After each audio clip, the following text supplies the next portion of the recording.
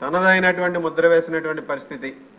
ఆ రోజు ఎంతో మంది యువతకి గాని అన్ని రంగాల్లోనూ కూడా రాష్ట్రాన్ని అభివృద్ధి పదంలో పరుగులు పెట్టించి అదేవిధంగా సంక్షేమాన్ని కూడా అమలు చేసినటువంటి వ్యక్తి ఆ రోజు చంద్రబాబు నాయుడు గారు. అటువంటి రాష్ట్రం పరిస్థితి 2019లో జగన్మోహన్ రెడ్డి ముఖ్యమంత్రిగా ఎన్నికైన తర్వాత ఏ విధంగా ఉందనేది మనందరం కూడా ఒకసారి గుర్తు చేసుకోవాల్సినటువంటి అవసరం ఉంది. 2019 నుంచి 24 వరకు ఈ రాష్ట్రంలో జగన్మోహన్ రెడ్డి చేసినటువంటి విధ్వంసం ఈ రాష్ట్రాన్నే కాదు రాష్ట్ర ప్రజల భవిష్యత్తుని భవిష్యత్ తరాలని కూడా ఈరోజు అధోగతి పాలు చేసినటువంటి పరిస్థితి మనందరం కూడా చూడాలి. ఈరోజు సహజ వనరుల్ని కొల్లగొట్టారు, అనేక విధాలుగా సహజ ఖనిజాలని అక్రమంగా తవ్వుకున్నారు. రాష్ట్ర ఖజానాన్ని కూడా ఈరోజు అన్ని విధాలుగాను కూడా నష్టం చేసే విధంగా పరిపాలన సాగించారు.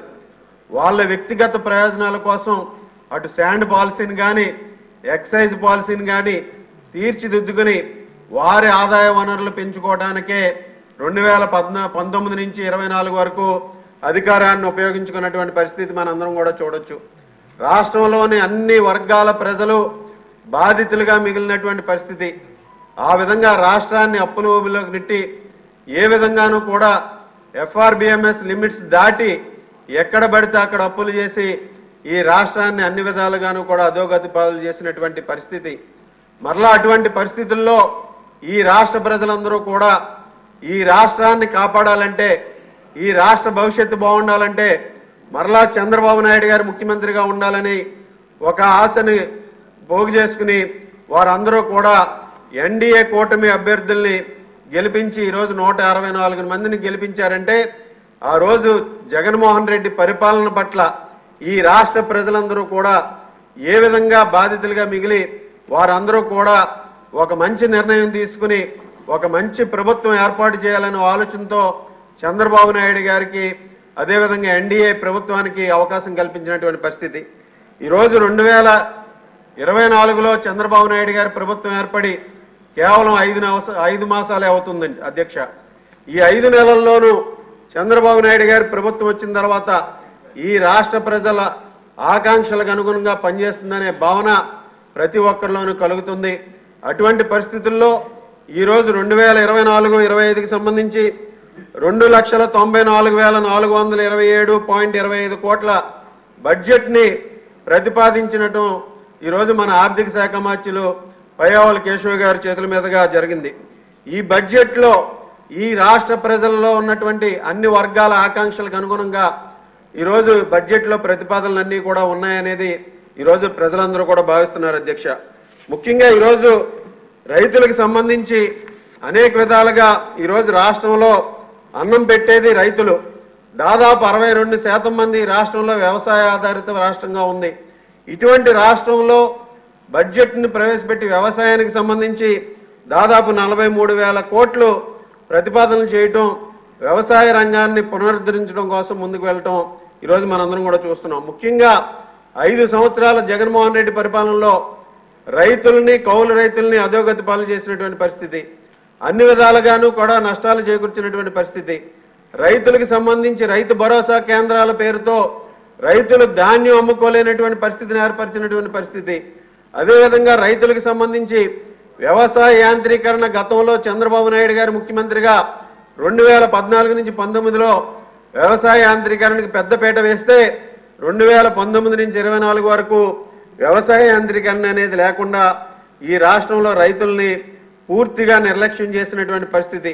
అటువంటి పరిస్థితుల్లో మరలా ఈరోజు రాష్ట్రంలో వ్యవసాయ శాఖకు సంబంధించి అనేక ప్రతిపాదనలతో బడ్జెట్ కేటాయింపులు చేసి ఏ సెక్టార్లో ఏ విధంగా ఖర్చు చేస్తామనేది వ్యవసాయ శాఖకు కానీ ఉద్యానవన శాఖకు కానీ అన్నదాత సుఖీభావ పథకానికి కానీ ఏదైతే సూపర్ 6 పథకంలో పెట్టినటువంటి అన్నదాత సుఖీభావ పథకం ద్వారా 20,000 రూపాయలు ప్రతి రైతుకి అందించడం జరుగుతుందనే దాని గురించి దానికి బడ్జెట్లో స్పష్టంగా 4,500 కోట్ల రూపాయలు కేటాయించడం ఈరోజు ఎంతైనా సంతోషించదగిన విషయం అధ్యక్ష. అలాగే ఉచిత వ్యవసాయ విద్యుత్తుకి 7,241 కోట్లు కేటాయించారు అధ్యక్ష. పంటల బీమాకి 1000 కోట్లు కేటాయించారు అధ్యక్ష. మనందరం కూడా చూసాం అధ్యక్ష.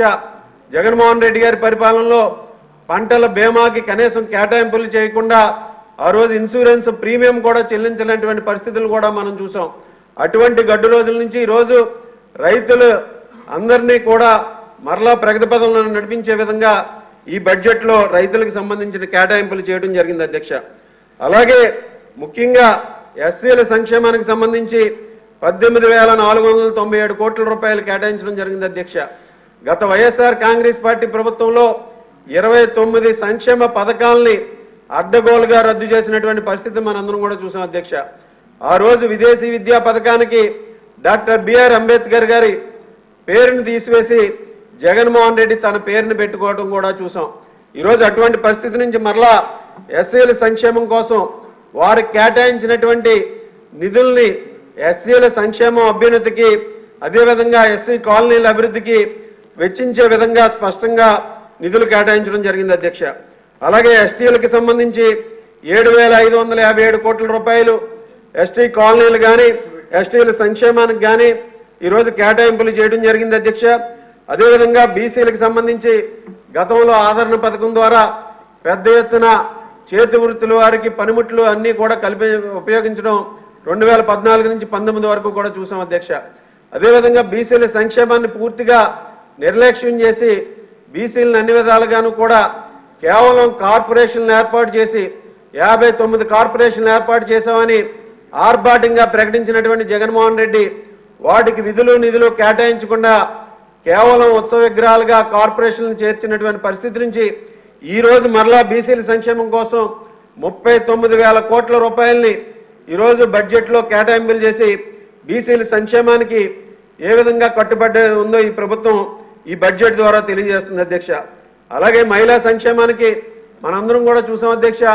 1990వ దశకంలో చంద్రబాబు నాయుడు గారు డ్వాక్రా సంఘాలు ప్రారంభిస్తే ఈరోజు 10 లక్షల గ్రూపులతో డ్వాక్రా సంఘాలు ఎంతో ఆర్థిక ప్రగతిని సాధించి మహిళా సాధికారతని సాధించడం జరిగింది అధ్యక్ష. ఈరోజు మహిళల సంక్షేమం కోసం బడ్జెట్లో కేటాయింపులు చేసి సూపర్ 6 పథకంలో ఏదైతే హామీ ఇచ్చారో దీపం 2 పథకం ద్వారా 3 ఉచిత గ్యాస్ సిలిండర్లు కూడా అమలు చేసి దీపావళి నుంచే ఆ పథకాన్ని కూడా అమలు చేసి దానికి ప్రత్యేకంగా 895 కోట్ల రూపాయలు బడ్జెట్లో కేటాయింపులు చేయడం జరిగింది అధ్యక్ష. అలాగే మహిళలకు సంబంధించి అదేవిధంగా ఉమెన్ అండ్ చైల్డ్ వెల్ఫేర్ కోసం 4,285 కోట్ల రూపాయలు బడ్జెట్లో కేటాయింపులు చేయడం జరిగింది అధ్యక్ష. ఈరోజు ముఖ్యంగా మనందరం కూడా చూస్తే హ్యూమన్ రిసోర్సెస్ సంబంధించి విద్యాశాఖ మంత్రులుగా లోకేష్ గారు ఒక వినూత్నమైనటువంటి ఆలోచన చేసి ప్రపంచంలోనే ఎక్కడ జరగని విధంగా మన ఆంధ్రప్రదేశ్ రాష్ట్రంలో ఈరోజు స్కిల్ సెన్సెస్ని ప్రారంభించి మంగళగిరి నియోజకవర్గంలో ఒక మోడల్గా తీసుకుని దాని ద్వారా మన రాష్ట్రంలో 20 లక్షల ఉద్యోగాలు యువతకి కల్పించే విధంగా రాబోయే 5 సంవత్సరాల్లో ప్రభుత్వం చర్యలు తీసుకోవడం ఈరోజు చాలా సంతోషం అధ్యక్ష. ఆ విధంగా స్కిల్ డెవలప్మెంట్కి సంబంధించి ఈరోజు యువతలో ముఖ్యంగా నైపుణ్యాభివృద్ధి సాధించే విధంగా అలాగే యువతకి సంబంధించి వివిధ దశల్లో వారందరికీ కూడా స్కిల్ అండ్ స్కిల్ ఇంటర్నేషనల్ ప్రగతి ద్వారా 1,215 కోట్ల రూపాయలు కూడా కేటాయింపులు చేయటం ఈరోజు యువత భవిష్యత్తుకి ఇది ఒక తొలిమెట్టుగా భావిస్తున్నాను అధ్యక్ష. అలాగే ముఖ్యంగా స్కూల్ ఎడ్యుకేషన్కి సంబంధించి ప్రాథమిక విద్యలో నాడు నేడు అని చెప్పి వైఎస్ఆర్ కాంగ్రెస్ పార్టీ ప్రభుత్వంలో ఆ పథకం ద్వారా అనేక విధాలుగా దోచుకోవడం జరిగింది అధ్యక్ష. అనేక స్కూల్స్లో పనులు ప్రారంభించి మధ్యలోనే ఆపేసి ఈరోజు అనేక గ్రామాల్లో స్కూల్స్లో అన్నీ కూడా ఈరోజు అపరిష్కృతంగా అక్కడ బిల్డింగ్లన్నీ కూడా కంప్లీట్ అవ్వకుండా ఉన్నటువంటి పరిస్థితి అధ్యక్ష. ఈరోజు అటువంటి పరిస్థితి నుంచి మరలా బడ్జెట్లో కేటాయింపులు చేసి 29,909 కోట్ల రూపాయలు శాంక్షన్స్ చేసి మరలా ప్రాథమిక విద్యకి అన్ని విధాలుగాను కూడా ముందుకు తీసుకెళ్లే విధంగా లోకేష్ గారి నాయకత్వంలో ఈ బడ్జెట్లో ప్రతిపాదనలు చేయడం జరిగింది అధ్యక్ష.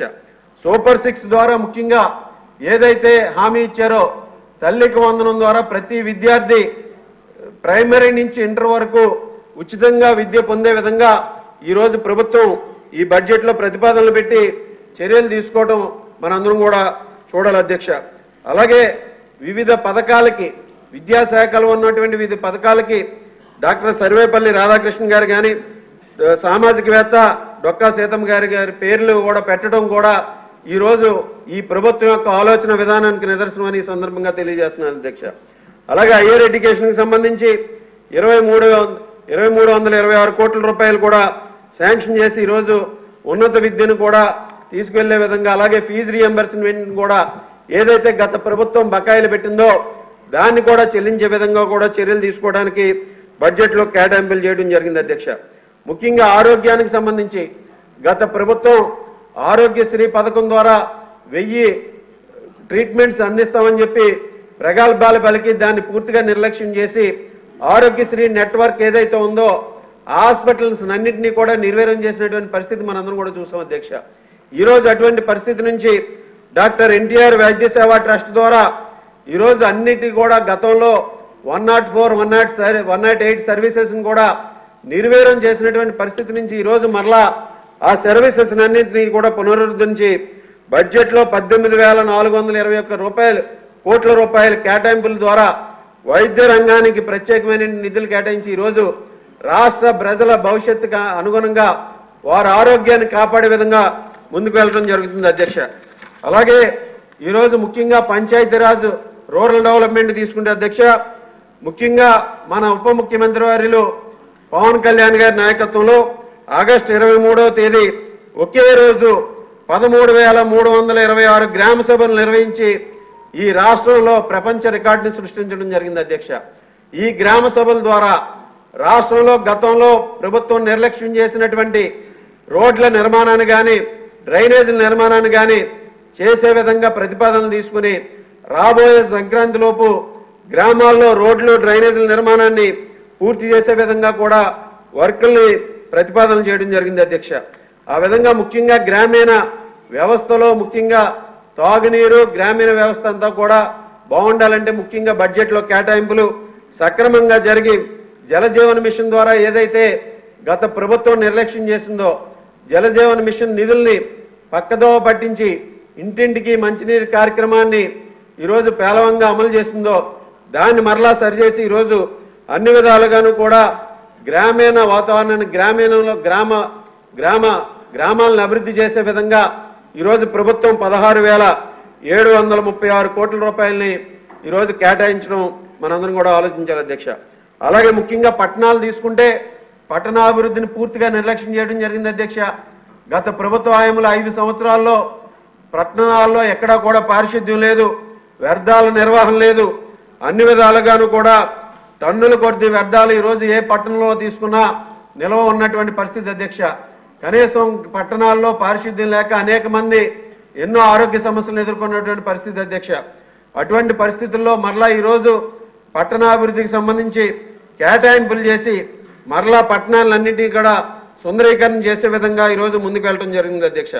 అలాగే అమరావతి ఈరోజు రాష్ట్ర ప్రజలకు ఆకాంక్షలకు అనుగుణంగా అమరావతి ఏకైక రాజధానిగా ఉండాలని ఈ రాష్ట్ర ప్రజలందరూ కూడా గట్టిగా నమ్మారు అధ్యక్ష.